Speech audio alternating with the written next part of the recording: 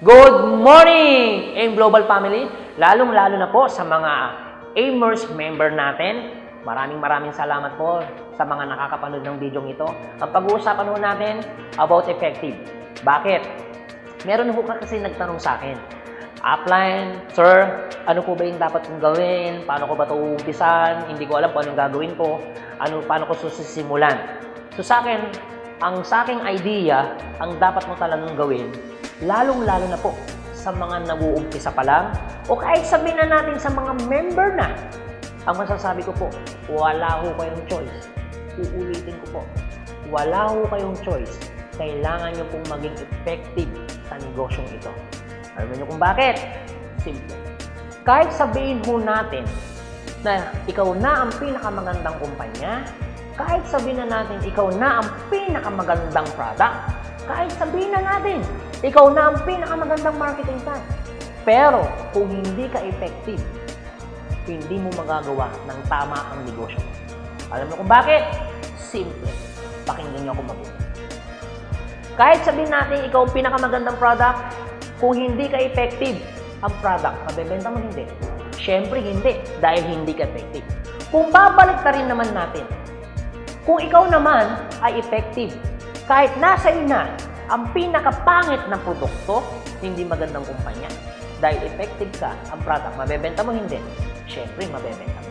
What if maganda na marketing plan mo? What if maganda na ang product mo? Maganda na ang kumpanya mo? Effective ka pa. Kamusta ang business mo? Mas lalo mong magagawang negosyong ito. Kaya, uulitin ko sa mga nag-uumpisa pa lang, wala ho kayong choice. Kailangan yung maging effective. Simple. Ito po, pakinggan nyo ako mabuti. Tandaan nyo to, ang product hindi nag-iisip, ang product hindi nagsasalita. Tao ang nag-iisip, tao rin ang nagsasalita. Sino yun? Ikaw yun. Kailangan mong maging effective bilang tao para maging maayos mo o para mas madali mong gawin ang negosyong ito. So, para maging effective ka, simple.